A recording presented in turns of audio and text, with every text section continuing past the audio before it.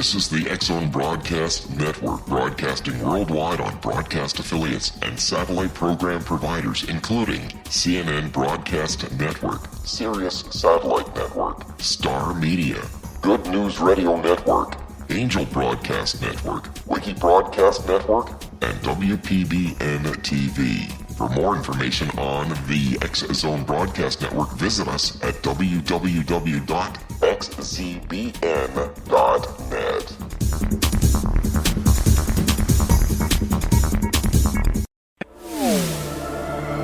The X-Zone Radio Show with Rob McConnell is largely an opinion talk show. All opinions, comments, or statements of fact expressed by Rob McConnell's guests are strictly their own and are not to be construed as those of the X-Zone Radio Show or endorsed in any manner by Rob McConnell, Relmar McConnell Media Company, the X-Zone Broadcast Network, its affiliated networks, stations, employees, or advertisers.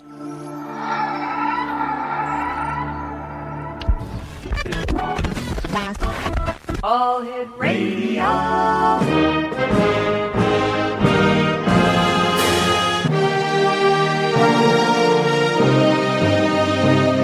Welcome to the X Zone, a place where fact is fiction and fiction is reality. Now, here's your host, Rob McConnell.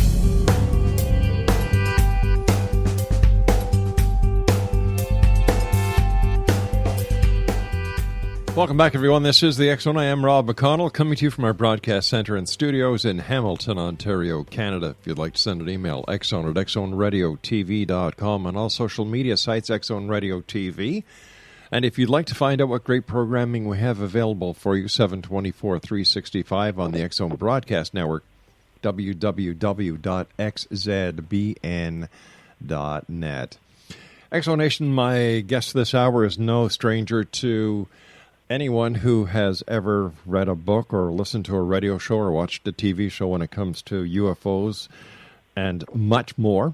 Nick Redfern is his name. He is the author of over 40 books, including Women in Black, Men in Black, Bloodline of the Gods, The Pyramids and the Pentagon, and Secret History, Conspiracies from Ancient Aliens to the New World Order. Nick has appeared on over 70 TV shows, including the History Channel's Ancient Aliens, Monster Quest, and UFO Hunters, the BBC's Out of This World, the Sci-Fi Channel's Proof Positive, America's Book of Secrets, the National Geographic Channel's Paranormal, and MSNBC's Countdown with Keith Olbermann. Nick is represented by Lisa Hannigan at LisaHanniganBooks.com, and he's written a number of books about UFOs and UFO-related phenomena. I think he is in a class with Brad Steiger, Kevin Randall, and, of course, himself. And, Nick, always great to have you here on the X-Zone. Thank you so much for joining us. Oh, thanks for having me on again, Rob. I listened to your interview 2 weeks ago with Kevin Randall, and I'd like to talk to you about it a little later on. You were talking about your book, Roswell UFO Conspiracy, Exposing a Shocking and Sinister Secret. And, man, you blew me away. Well, it's a controversial angle because Roswell is sort of perceived as the number one UFO case. You know, it's the sacred cow that cannot be touched. And but when you look at the case, there's, for me at least, there are problems in the extraterrestrial angle.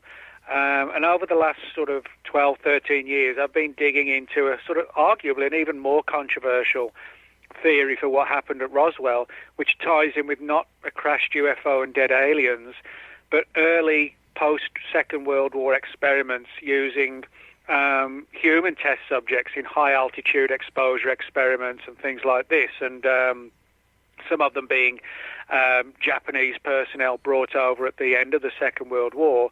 And, of course, you can see the implications of, if that's the truth, how Roswell could come crashing down and the effects that might have on ufology as a whole. I do, but you know what? It makes a lot of sense. Listening to you and Kevin, and you brought in Operation Paperclip, you brought in a lot of the facts, and then when I looked at the physiology of the so-called extraterrestrials that were supposed to be recovered at the crashes, it would make sense, number one, why there was a cover-up. Number two, it would also explain the appearance of these extraterrestrials: short, slanted eyes, gray-skinned, swollen heads, and this would all be caused by the extreme pressures that they may have been subjected to. So I thought it was a great show, a great book, and I've been promoting it left, right, and center because I believe that the truth is out there, Nick, and I think you've come across it. Well, personally, I think it is the right path. The problem that we all face, though, in ufology, whichever side of the coin you're on, is how do we actually prove it? And that's the problem, that everybody, whether they believe it's extraterrestrial, a weather balloon, or the Air Force's stories about crash test dummies, or the ones in my book, the problem is that there's no doubt in my mind that somebody somewhere is hiding the truth of Roswell. But the problem is nobody, as I said, on any side of the coin can find where that truth is. So, we're all still kind of racing, for the answers, or the proof, I should say, rather than the answers. And, that's sort of the final goal. I think we've got enough evidence to show that something crashed, bodies were recovered, and multiple cover stories were put into place. Now, we just need to try and find where that material evidence is held. And I think, my friend, you have started people looking in the right direction with your new book entitled Roswell UFO Conspiracy, Exposing a Shocking and Sinister Secret. Exonation, Nick Redfern is my guest. Nick Redfern, fortean.blogspot.com is the best way to read about Nick, and we'll both be back on the other side of this break as we continue here in the X Zone with Nick Redfern from our broadcast center. We're right here in Hamilton, Ontario, Canada. My name is Rob McConnell. Don't go away.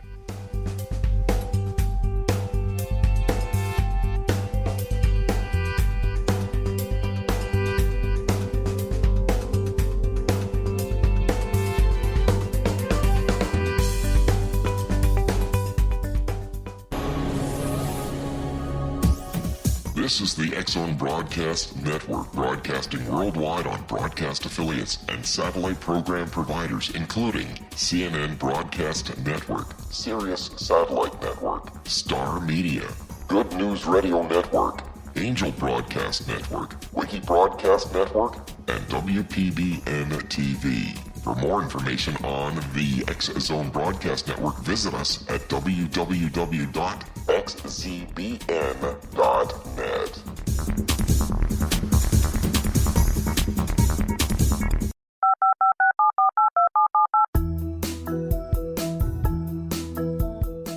Did you know that when you're on the road with limited data or Wi-Fi, you can still listen to the X Zone Radio Show with Rob McConnell, The Science of Magic with Gwilda Wiyaka, X-1, Dimension X, Space Patrol, and every minute of the X Zone Broadcast Network by calling 213-401-0080, courtesy of Audio Now.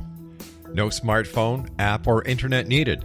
It saves your data plan, and it's free if you have unlimited minutes.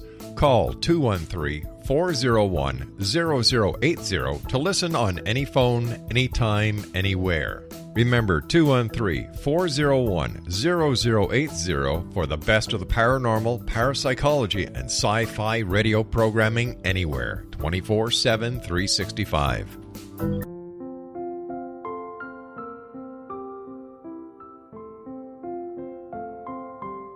I am Dr. Carl O'Helvey, founder, president of a new cancer foundation focusing on evidence-based physical, mental, and spiritual interventions, including natural cancer cures, prayer, meditation, affirmations, nutrition, and other related holistic cancer prevention and cure modalities.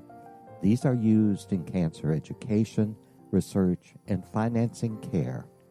I ask for your help to continue this important work by donating at www.holisticcancerfoundation.com.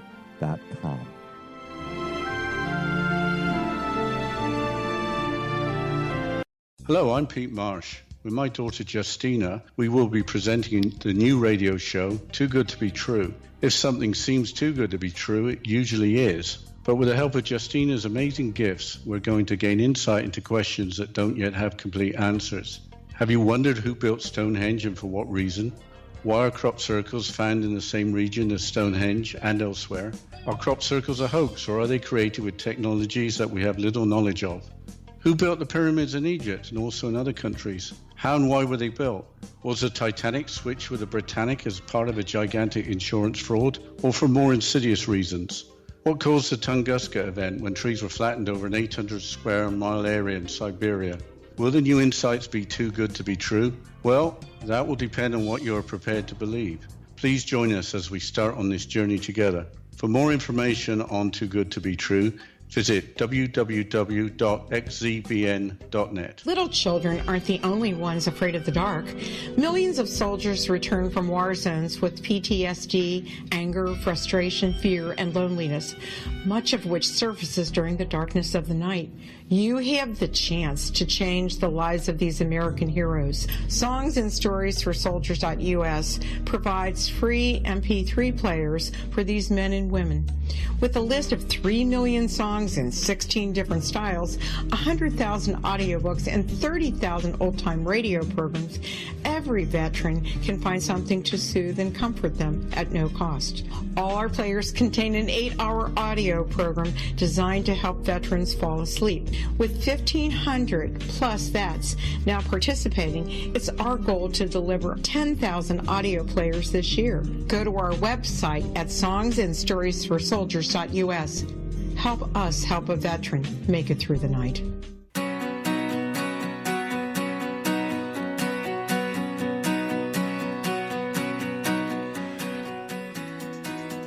Nick Redfern, Fortean.blogspot.com is the website for Nick Redfern. He is our guest this hour. And, Nick, you and I were talking during the commercial break about the fact that members of the UFO community love to look at Roswell as the mecca of the UFO phenomenon. And yet when other people come up with other theories that are based on their research, that they just ignored. Like, I'm sorry, it's my way or the highway, basically. But when it comes to Roswell, there's one thing that has always puzzled me, Nick. Now, maybe you can help me understand it. Jesse Marcel, the base intelligence officer, goes, retrieves some of this crash debris, puts it into his custody, and instead of returning right away to the base, he goes home and lets his wife and child handle this evidence. To me, right then and there, the Roswell case is finished. Well, yeah, that is sort of, an odd situation to do. I mean, the 509th was the wing at Roswell, was the wing where the atomic bombs were dropped on Japan. It was actually the 509th who dropped the bombs. So in other words, it was one of the most strategic, sensitive, important bases in the United States. And so anything unusual that would have been found out in the desert and couldn't initially be identified, it is almost, one of those hard-to-believe situations that somebody recovers, high-ranking officer recovers the materials and takes a detour back home and, shows it, like you said, shows it out for his family, rather than, making a quick drive to the base to get it, studied and examined. Not only that, but to maintain the chain of evidence and the chain of custody, because as soon as he brought it to his home and let civilians play with it, man, he's ruined the chain of evidence. It doesn't exist anymore. No, you're exactly right, and so that doesn't make sense unless, there's a possibility that he thought this was terrestrial material, that something unusual had come down. Now, even under those circumstances, he still shouldn't have stopped off at home first, but to me at least, the fact that he did suggests that this wasn't the sort of otherworldly material we've been told it was, but actually something that may have been unusual, but was also terrestrial. Now, you see, the fact that the first release said it was a balloon, or was it the first release a crash UFO and then it was switched to a balloon? Well, actually, what they first said was it was a flying disc. Now, and the term flying saucer and flying disc are interchangeable. But the one thing that a lot of people forget is that when we talk about flying saucers and UFOs today, we've got 70 years of of phenomena, of books, of magazines, of TV shows, to understand from our perspective what UFOs and flying saucers might be. But a lot of people often forget a crucial thing, that when they put out that statement that we've recovered a flying disc, well, this was only 13 days after Kenneth Arnold's first sighting of a flying saucer. So in other words, imagine if we were just 13 days into the first UFO sighting. In other words, we wouldn't know much about the subject. All we would know is that something weird's flying around and people call them flying saucers and flying discs. We wouldn't have any history of abductions, crashes, Area 51, nothing. And that's the position people were in then. So in other words, what this means is that flying saucer and flying disc back then didn't mean in 47 what it means for us today with 70 years of hindsight. It just meant people have been seeing these things for less than 2 weeks. There was no history, there was no law, there was no books written. So flying disc back then didn't equate with alien spacecraft. It was just something that had just very, very recently been seen, and nobody really knew what they were. And there was still a lot of media hype 2 weeks after the event with Kenneth Arnold. Yeah, that's right. There was a lot of hype, but as I said, there wasn't sort of any history of the phenomenon to make people think, oh, that's, aliens, UFOs or whatever, because, as I said, it only just kicked off. So when they said it was a flying disc or flying saucer, they weren't talking back then about an alien spacecraft. They were just talking about a new phenomenon that had been reported. People often forget that because they look at it from our perspective of what flying disc, flying saucer and UFO mean today. Nick, why do you think that if, in fact, this was a flying saucer, and I have never followed that line of logic or thinking, why do you think it took so long after, and why did it peter out so fast going back to 1947? Well, that's a good question. I mean, you're right, that when the event happened, it was actually major news. For example, all the major news services in the United States and some overseas as well picked up on the story. And as you said, the first report was, we've recovered a flying disc. The next day, sorry, it's just a weather balloon. And what happened was that Major Marcel was flown out to Fort Worth, to the military base at Fort Worth, photographed holding what was clearly weather balloon debris. It wasn't the original materials, we know that much. And when he was shown, when he was photographed holding this, the press just dropped it. They're like, oh, okay, it was a weather balloon after all. And it actually took until the mid-1970s before the story really got picked up again in ufology, and people like Bill Moore, who co-wrote the Roswell Incident book, and Stan Friedman started looking into it further. But of course, 30 years had passed by, and a lot of the key players, like Matt Brazel, the rancher who found the wreckage, they were long dead. But at least, by the 70s, things were starting to open up again. I often wonder what would have happened if Stanton Friedman had never been involved in the Roswell case, if, in fact, ufology would be the phenomena it is today.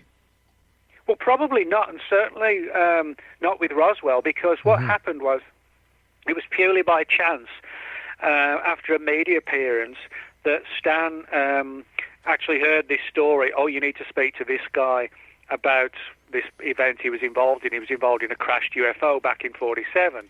And that's what happened. Stan then got on the trail of the threads and the leads and the few people who there were names for back then that were involved or knew something about it. And it began very much as like a detective story. And it turns out that Bill Moore was also looking into it. And so their material was combined pretty much into the Charles Berlitz and Bill Moore book, The Roswell Incident, which came out in 1980. And then from there, you had various other researchers digging into it, like Leonard Stringfield, and then later on Kevin Randall, who you mentioned earlier, Don Schmidt and Tom Carey. And just about all of those, well, actually all of those, were pursuing the extraterrestrial angle. There were a couple of researchers in the 90s, like Carl Flock, who was looking at it from the perspective of not a weather balloon, but something called a mogul balloon, which were these huge balloons designed to monitor for Russian atomic bomb tests. But the problem is, of course, these were just balloons, so that didn't explain the body's angle. And that was actually the theory that the Air Force came to accept as the real one, that it was a mogul balloon and not a weather balloon. Nick, what was your driving force into getting to find out what was behind the Roswell case? Well, what happened was that actually back in 1998, I wrote a book called The FBI Files, which was a study of all the FBI's declassified files on UFOs. And when you write a book, people contact you with their stories. And one story came from an elderly woman living in California at the time, and said she could share some or give me some information that would pertain to one of the chapters in the book, which dealt with UFO sightings at an atomic energy installation called Oak Ridge in Tennessee. And my natural assumption, was that she wanted to talk about UFO sightings at Oak Ridge. But when we met up in the summer of 2001, she had a very different story to tell me. She talked about how the Roswell story was not what everybody thought it was, and that in reality it was one of 5 or 6, maybe 7 or 8 experiments undertaken in the New Mexico desert in 1947 with these high-altitude programs and people used as guinea pigs. And she said on a number of occasions she saw a number of dead bodies brought in. Some of them looked like normal people who'd clearly been in some sort of violent accident. Others were clearly physically handicapped people who she was told were actually taken from sort of hospitals and asylums and used essentially against their will as guinea pigs in these flights. And some of them looked to be either Japanese or Chinese people, but the word that trickled down was that they were all being used in these experiments that led to the legend of the crashed UFO and these small bodies out in the desert. And when she told me that story, she gave me the names and contact information of 3 other elderly people, all from the military and the intelligence community. And so I interviewed them back in the mid-2000s, and I wrote a book about what the information I'd uncovered up until then, called Body Snatchers in the Desert. And then the new book, which has just come out, the Roswell UFO Conspiracy, that covers everything that I've learned sort of since the first book came out in 2005 until now. So basically, in answer to your question, what prompted me and what drove me to look further was the fact that more and more leads were coming in, pushing it down that particular avenue. And I felt, well, I'm on this course now. This looks to me like the right one. Sure. And stopping now would just be stupid. It makes perfect sense why the government would, in fact, put a cover-up in place. It makes perfect sense. Well, yeah. I mean, people say to me, well, what if... I mean, a lot of the people who I interviewed said, they use these huge balloons and these lifting body-type aircraft. And they said, well, why would they hide that now? And I said, well, they weren't actually hiding the experiment in terms of the technology, which is actually quite rudimentary, like huge balloons and things like this. I said the reason why it was hidden was because it would backtrack to essentially what were pretty disturbing and highly controversial experiments using people as guinea pigs, high-altitude guinea pigs, for want of a better term. So in other words, that was the key that prompted the secrecy, and also prompted, the deliberate creation of fake trails and leads relative to crashed UFOs and dead aliens. Keep pushing everybody down that pathway because it's exciting and it's, kind of X-Files-like. Do anything but just keep them away from, the other story. So would you say that the experimentation on the Japanese POWs would have been the equivalent to something like Operation Paperclip?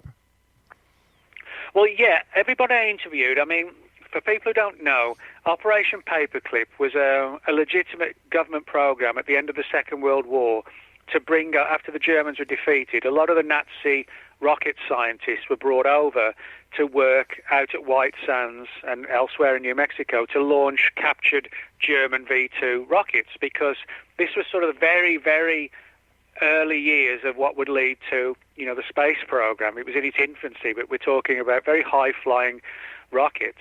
Now, as well as the Germans being brought over to New Mexico, there was a lesser-known Japanese equivalent of paperclip, which was responsible for capturing, at the end of the war, massive amounts of documentation relative All right, to... Nick, we're going to have a little bit of a cliffhanger here. I've got to take my news break.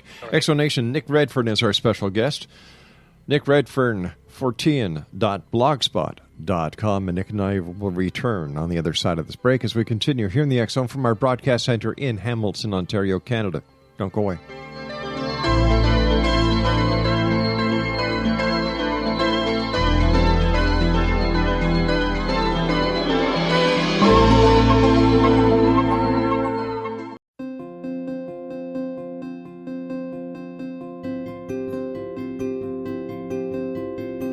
Dreams are our personal gateways into infinite wisdom. Don't miss shamanic counselor and indigenously trained dream decoder Sandra Corcoran's inspiring book, Shamanic Awakening Between the Dark and the Daylight.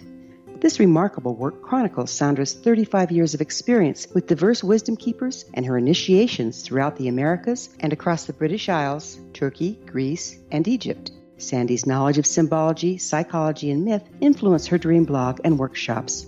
Sandy offers private tarot readings, international journeys, a meditative CD, as well as her book, Shamanic Awakening, to encourage you as you navigate this earth walk, creating a deeper connection to yourself and all that is. Find this and more at Sandy's website, starwalkervisions.com.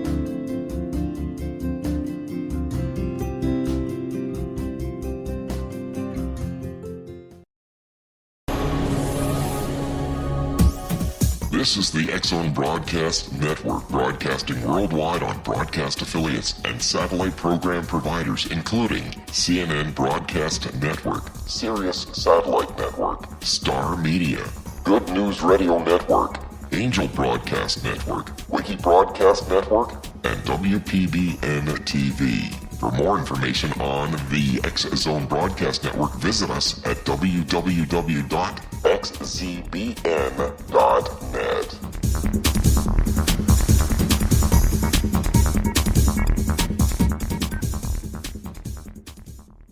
How would you like to be able to read other people's minds? Well, the next best thing is here. When you know how to read a person's name, you know how the person thinks, feels, and behaves. Each letter in our name holds a key to unlock our true essence. Our name contains both our gifts and challenges in this lifetime. Mnemology science discovers personality secrets hidden in the placement of the letters of our names, including the first and last impression people remember about us. Sharon shows us how to interpret the arrangement of letters as outlined in her book, Know the Name, Know the Person. Sharon Lynn Wyeth created mnemology science after 18 years of research and testing her theories, and has supported thousands of people around the world in understanding themselves and others better. You'll enjoy Sharon's unique teachings as she shares her system to learn the gifts behind your given birth name. Even if you don't like your birth name, there are jewels in this book. If you're thinking of changing your name, ready to name your child, or wanting to get along better with others, this is the book for you. If you'd like to improve your relationships and change your life for the better, get the book today, Know the Name, Know the Person, or visit www.knowthename.com. That's www.knowthename.com.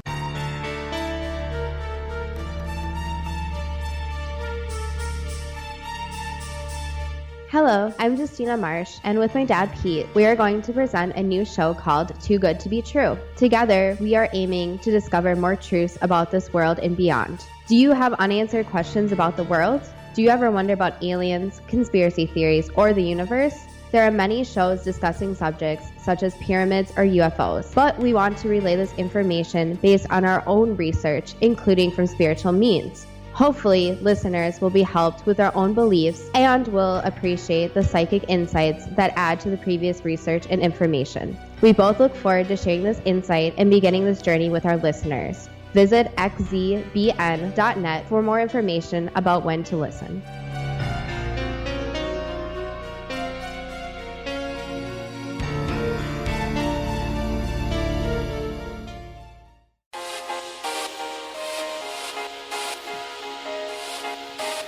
Exonation, Nick Redfern is our guest. Nick Redfern, Fortean.blogspot.com. And Nick's latest book is Roswell UFO Conspiracy, Exposing a Shocking and Sinister Secret. This is an update of his book, Body Snatchers in the Desert, which suggested a U.S. government experiment using captured Japanese soldiers that went horribly wrong. And Nick, always great having you here on the show. And as I said to you earlier, this makes total sense.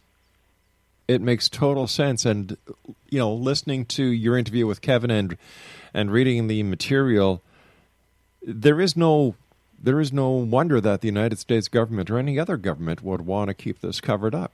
And people say, well, come on, Rob, the government doesn't get into experimentations.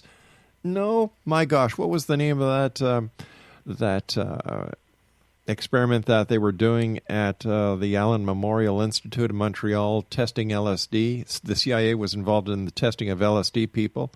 What was that called? Project? MK Ultra. MK Ultra, yeah. Yeah. You know, so that just goes to show that, yes, it is being done. Why? Well, that's another question. Yeah, as we mentioned before the break, you know, there was this program, Operation Paperclip, that brought a lot of the Nazi scientists over to work in rocketry. But a lesser-known Japanese equivalent of Paperclip brought over a lot of Japanese scientists who were working in the final stages of the Second World War, and had the war not finished, they would have completed these gigantic new balloon arrays that they were building. Sort of like, almost, in some cases, they were like the huge Zeppelin balloons of the First World War. And the idea was that they would sort of soar across the Pacific towards the United States and have these glider lifting body type aircraft attached below them, and the crews would sort of act in like a kamikaze fashion. So in other words, they would just hurtle down to the cities loaded, you know, with explosives. And yet during World War II, they used Fugos to do that. That's right. Exactly. Yeah, the Fugo balloon bombs were like a rudimentary version of the far more superior, if you like, and manned balloons that were going to be used had the war not ended. Fortunately for us, you know, the war did end and we didn't have to face those balloons. But what happened is a lot of the scientists and the personnel involved were brought over as a part of this Japanese equivalent of Paperclip, and the construction of these massive balloons went ahead. And the story that I got from all the people I spoke to, and other researchers got a similar story too, was that it was one of these gigantic balloons that came down on the ranch. But in this case, this was one where they were doing the high-altitude testing and had these guinea pigs on board. They said there were also several other crashes in New Mexico in the same time frame and around the same area, which actually did have these sort of Japanese crews on. Hello? Don't know what happened, Nick. Oh, we got it back anyway. Yeah. All right. So, but hold on, buddy. But yeah, the story was that there were several of these crashes or flights and crashes, and that in some cases the crews were Japanese. Now, people might say, well, you know, everybody knows it was a UFO crash. But what's interesting is that when you look into this story, you find a lot of threads that weren't connected to me at all. You know, I'd be very suspicious if I was the only one getting the story. But back in 1997, when the media was covering the whole issue of the 50th anniversary of Roswell, Popular Mechanics magazine put out a story saying that they'd been told of the Japanese angle to all this, a Japanese equivalent of Paperclip. That was their exact words. And this was 4 years before I was even looking into this. And one of the key players in the story, who we know got to see the bodies up close and personal, was a guy named Melvin Brown, who was stationed at Roswell, the base, in 47. And he told his family, and this is a direct quote, that the bodies that he saw could have, quote, passed for Chinese. Now, when you say something so specific as they could have passed for Chinese, that doesn't sound at all like the typical alien grey, you know, with the large head and the black eyes. It sounds like exactly what you're explaining. It looks like a Chinese person. So, in other words, a lot of people in ufology steer away from Melvin Brown's, not so much from his accounts, but from that specific aspect, because it complicates and kind of negates their theory that aliens crashed. But, why, if there are so many ufologists out there that are seeking to find the truth, Nick, why don't they open themselves to all possibilities? Why just look at Roswell? Why just look at the established UFO criteria? Why not open yourself up to other possibilities? Well, my answer to that question, Rob, would be that most people in the Roswell field, Kevin's actually different. Kevin is very open-minded, yes, and a lot of his views have changed. Yeah. But a lot of people who in the Roswell field, they are so driven by belief and by the whole I want to believe fact, the X-Files. And some of them, getting up there in years, I think just cannot face the idea that it can now be anything but extraterrestrial. It's the only angle for them, because the alternative is to see their theories come crashing down. But, my approach is that I'm not in the business of, destroying belief systems or, destroying and crushing people's beliefs for the sake of it. I feel it's very important to go for the truth and where the truth lies, because that's all we shouldn't be looking to try and vindicate the alien angle or the mogul balloon angle or the crash test dummy angle. We should just be looking for the truth. Exactly. And if the truth takes it away from the extraterrestrial angle, well, that's just too bad at the end of the day. That's just too bad. Exactly. And here we are 70 years later, right? Is this the 70th anniversary of Roswell coming up? Yes, yeah, it is. Yeah. With all our modern technology, Nick, that smoking gun has not been established. And with all the ability of computer hackers, nobody has come up with anything that remotely looks like anything that would prove that any government of the world is covering up the fact that ETs are here. Well, no, you're right. I mean, through things like the Freedom of Information Act, a lot of interesting and good, solid, credible files have surfaced, with the Freedom of Information Acts of numerous nations around the world. But you're right, we don't have that ultimate smoking gun, and we don't have that in Roswell either. And, I'm always sort of brutally honest with people. And, when it comes to Roswell, I have to admit, we don't have any kind of smoking gun for any theory. I mean, even the Air Force, with their mogul balloon theory and the crash test dummies theory that they came up with, they admitted in their reports that although they thought that was possibly the answer, they admitted that they couldn't find any records to actually prove that.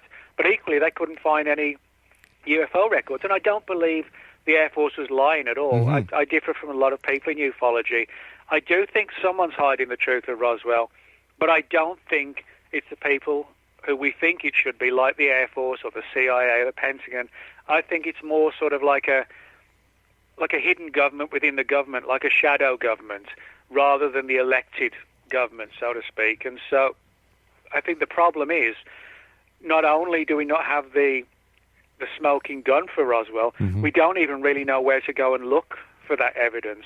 But if everything at Roswell was done in the name of national security for whatever reason, maybe for future space flight, I don't know. Doesn't it make sense that the government has the right to do things in a clandestine manner in order to secure national security? And that I mean, in certain cases, I mean nobody of a sane mind would want people like North Korea and Russia to get hold of the secrets of our nuclear missiles and where they're all kept and things like that. Nobody would want that to happen. Nobody would want, things like sources and methods information coming out and spilling over into the hands of terrorists, because that would just be disaster.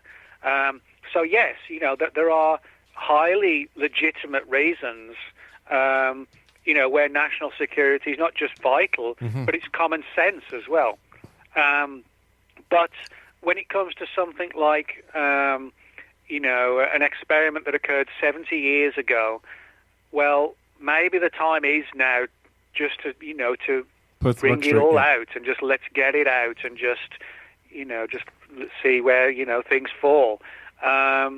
Obviously, nobody who's around today would have is responsible for having instigated or anything like that, because it's so long ago, everybody's gone.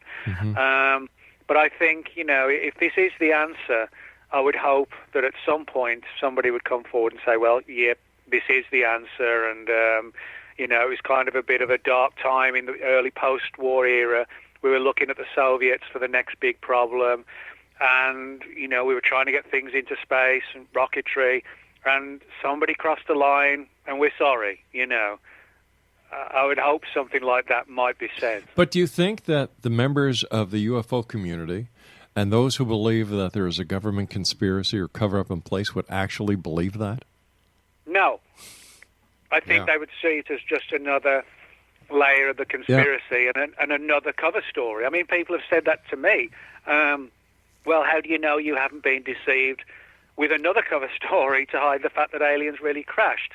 And my answer to that question is, well, if you're going to create a cover story for Roswell, why make it so controversial talking about human experiments? Because that's just going to make people sit up and take notice of it even more. And, of course, there's the fact that to this day, the Air Force, and by default as well the government, still stands by the crash test dummy angle for the bodies and the Mogul balloon for the device. But that makes sense. There's no need for them to create another cover story when that one's still in place. And those two cover stories make sense. If in fact, I'm not doubting you, Nick. I think that you're right on the money with this entire scenario. And if the government does want to cover it up, this would be the best way. They're just saying, hey, listen, we can't find any records on it. Well, of course they can't, because they're hidden. Hello? Yeah, and a lot of people think, that because the Air Force went searching and didn't find anything, that they're the evil guys, they're the bad guys. They're not. As I point out in the new book, I don't think the Air Force was lying when it said we think the bodies probably were crash test dummies.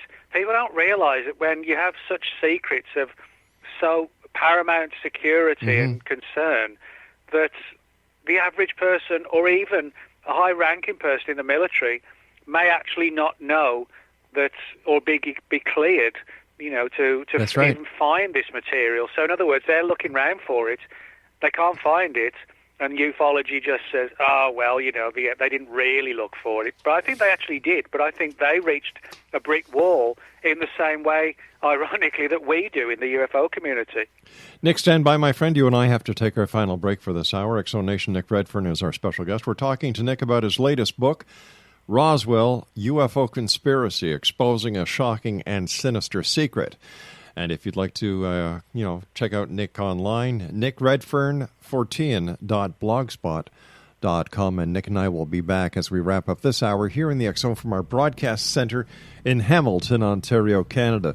By the way, speaking about Kevin Randle, you can listen to A Different Perspective with Kevin Randle on the X-Zone Broadcast Network. All you need to do is go to www.xzbn.net, find out when Kevin is on, and tune in right then and there. This is the X-Zone. I am Rob McConnell. Nick and I return. Don't go away.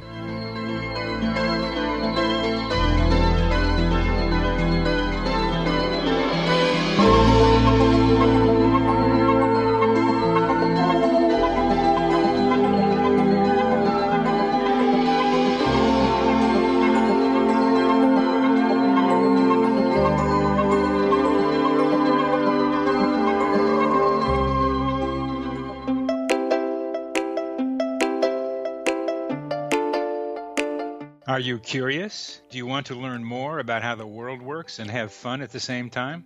Study coincidences with me, Dr. Bernie Beitman, MD, on my Connecting with Coincidence radio show here on the XZBN network. Listen to Jungians theorize, statisticians randomize, true believers evangelize, while I categorize. I dance to the rhythm of coincidences. People who experience me see more of them. Maybe something on the show matches a thought in your mind. Let us know. Expand your mind to the weirdness happening around you. Synchronicity spoken here, there, and everywhere. For more information, put Connecting with Coincidence in your search engine and find my website, my social media sites, and my blog.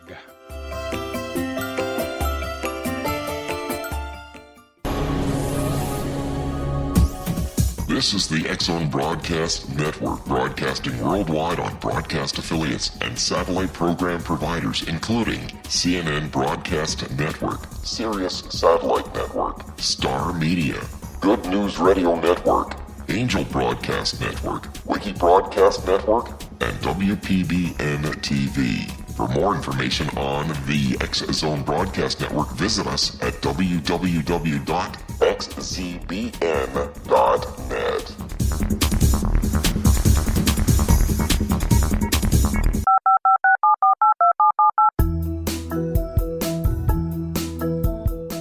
Did you know that when you're on the road with limited data or Wi-Fi, you can still listen to the X-Zone Radio Show with Rob McConnell, The Science of Magic with Gwilda Wiyaka, X-1, Dimension X, Space Patrol, and every minute of the X-Zone Broadcast Network by calling 213-401-0080, courtesy of Audio Now. No smartphone, app, or internet needed. It saves your data plan, and it's free if you have unlimited minutes. Call 213-401-0080 to listen on any phone, anytime, anywhere. Remember 213-401-0080 for the best of the paranormal, parapsychology, and sci-fi radio programming anywhere, 24/7, 365.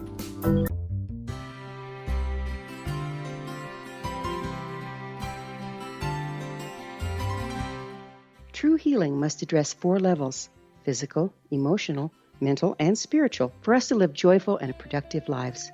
We tend to treat 3 of the 4, leaving the spiritual languishing. If you're tired of the same dysfunctional patterns cropping up in your life, Soul Balancing is for you. Trixie Phelps, owner and founder of Soul Balancing, is a naturally gifted energy healer trained in numerous esoteric forms, including shamanism. Trixie has created a powerful modality that safely and effectively clears your energetic field. A Soul Balancing session can remove interference, heal trauma, and restore your hope. Contact Trixie for a life-changing long-distance session today, www.soulbalancing.world.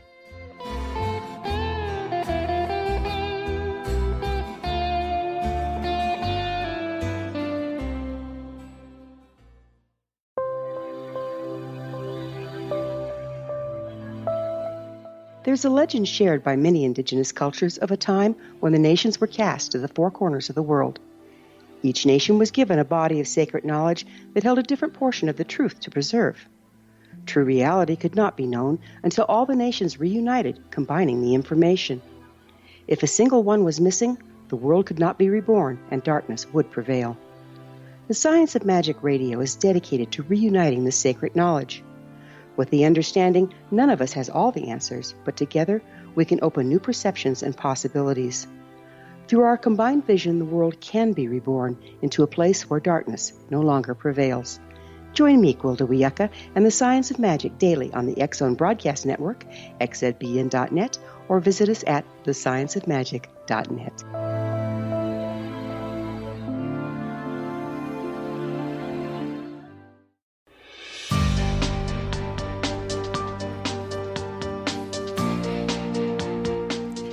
Exonation, Nick Redfern is our guest. We're discussing Nick's latest book, Roswell UFO Conspiracy, Exposing a Shocking and Sinister Secret.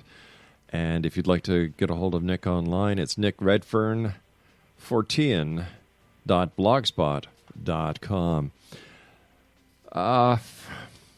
Nick, looking at the big picture, an investigation is done into your claims. They prove to be real. I don't doubt you one bit, my friend. I think you've got something here that is going to shake up the UFO community.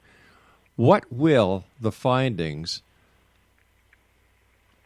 do to the UFO community, especially since they really have no proof whatsoever of real flying saucers from another planet or extraterrestrials from another planet? Would this be the Achilles heel that would bring down the UFO community? Well, yeah, that's the most important question and scenario of all, because, you know, when you sort of elevate one case to the number one event in ufology ever, then you're on real rocky ground if it falls apart. You know, there have been a lot of interesting and good UFO cases over the years, But ufology would not have sort of a collective breakdown if they were found to be mistaken identity or a hoax or whatever.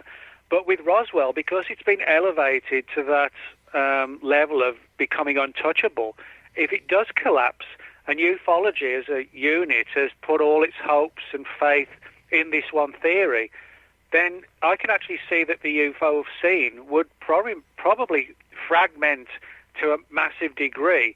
People would become disillusioned. You know, if the best case ever actually isn't the best case after all, people would, I think, have a meltdown if it was proved, you know. So, in other words, there's a good argument to be made that by promoting the case so aggressively and triumphantly as a UFO event, doing that could actually turn out to be ufology's biggest mistake of all. And of course, if the community that is hiding, you know, the agency or whatever it is that's hiding what really happened, revealed the truth of the human experimentation angle, then that agency could pretty much destroy ufology in one fell swoop as well, because of so much disillusionment. So, you know, the stakes are sort of very high all around, but it's only because of it's ufology's own fault that it elevated the case so high. If they just kept it as an interesting, intriguing case with lots of threads, but didn't put it as the number one, that wouldn't happen. But it's too late now. It's kind of like, you know, the famous film footage of Bigfoot taken by Roger Patterson in the 60s. Right. So many people in the Bigfoot community believe that film. And if that came crashing down, there would be disillusionment there too, but only because the film was being elevated to almost mythical status, you know. Yeah, I guess just like the infamous Alien Autopsy film, except that went up very fast and was proven wrong very fast as well. What do you think the carnival atmosphere does to the credibility of the Roswell case when we look at Roswell days and the, you know, like I said, the carnival atmosphere? Well, yeah, I mean, you can go to Roswell anytime, and it's always sort of packed with UFO stuff going on, but every 10 years, you know, although they have a conference every year, certainly every 10 years, you know, is a big year because it's, you know, an anniversary coming up. And I'll actually be there this July speaking about the new book. But you're right, there is sort of a carnival atmosphere to it. And, you know, I think when you look at that angle, you see two things. And one is the fact that, you know, people celebrate the event itself in town because it's what put them on the map. But also, you know, from the UFO angle, sometimes the skeptics play upon the fact that it is sort of a carnival, but the people in town take the view that, well, we're just having a bit of fun, you know. So in other words, a lot of what goes on in Roswell, the town, when they have these anniversary events, really isn't put on or done by ufology. It's done, you know, by the city of Roswell to promote tourism and, you know, the economy in town.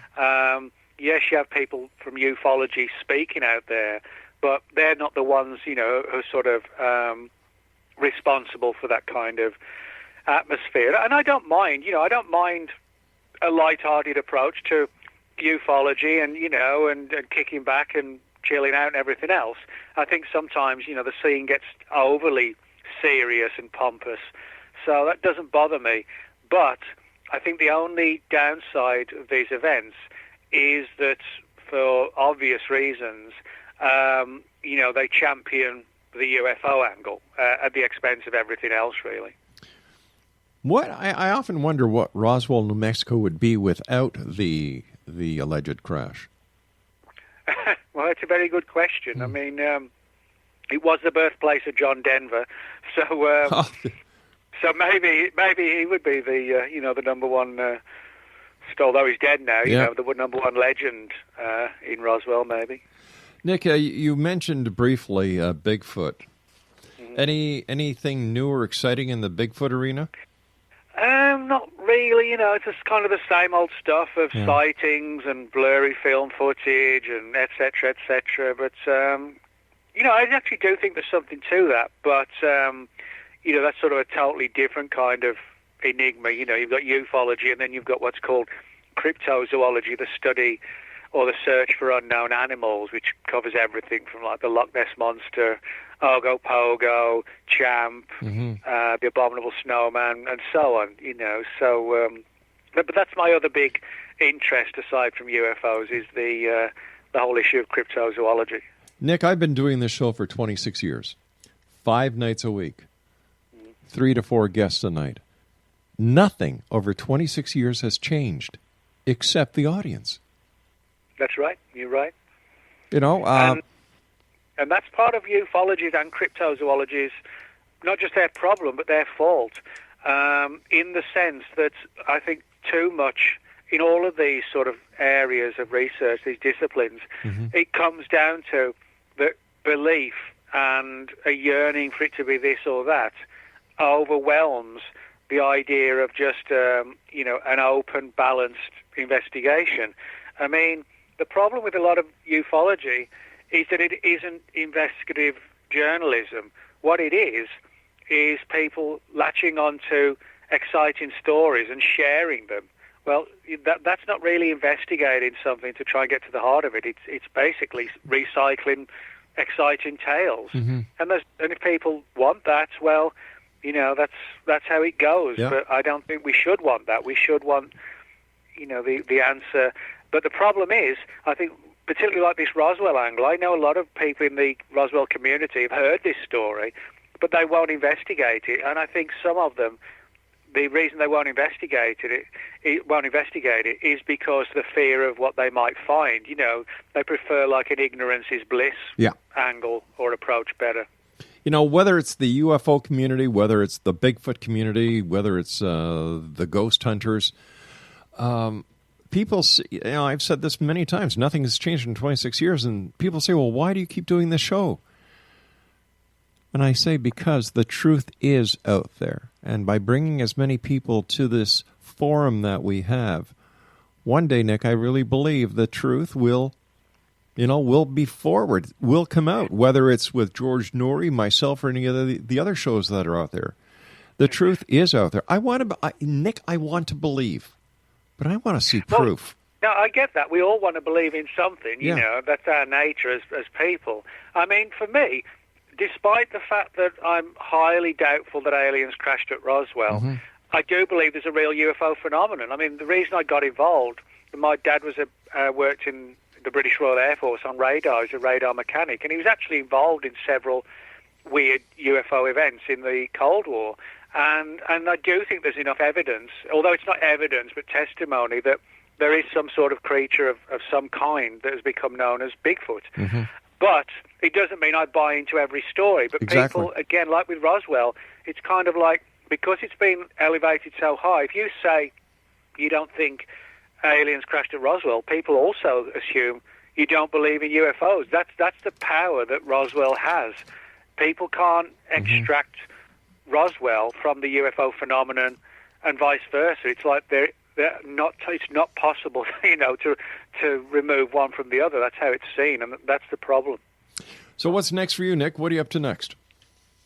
Well, I've got a completely different book coming out in September called Shapeshifters, and it looks at the whole history of shapeshifters throughout history, mythology, folklore, legends. So there's obviously the chapters on things like werewolves, and, man to wolf, wolf to man, but there's also other ones like the Native American skinwalkers, and ancient legends of creatures that could shapeshift into all sorts of different forms, and leopard cults in Africa where supposedly certain tribal people knew how to allegedly transform themselves into leopards or lions or hyenas. So it's basically like a trip through, as I said, history, mythology, folklore, legend, to try and get to the bottom of, all these different stories of shape-shifting from human to animal and vice versa. Well, Nick, as always, time goes by so fast when you're with me. I want to thank you ever so much for number one, for coming on the show, for number one, for being a friend, and number three, for doing the great work that you do, trying to put an answer to these many mysteries. And I wish you continued success, and I look forward to the next time we meet you back here in the X Zone. Until then, my friend, safe travels. Well, thanks a lot again for having me on. You take care, Nick. Thanks a lot, Nation, Rob. my great pleasure, sir. X-Zone Nation, Nick Redfern has been our special guest. If you'd like to visit Nick online, nickredfern14.blogspot.com. And we've been talking to Nick about his new book, Roswell UFO Conspiracy, Exposing a Shocking and Sinister Secret. I'll be back on the other side of this break as we continue here in the X-Zone from our broadcast center in Hamilton, Ontario, Canada. Don't go away.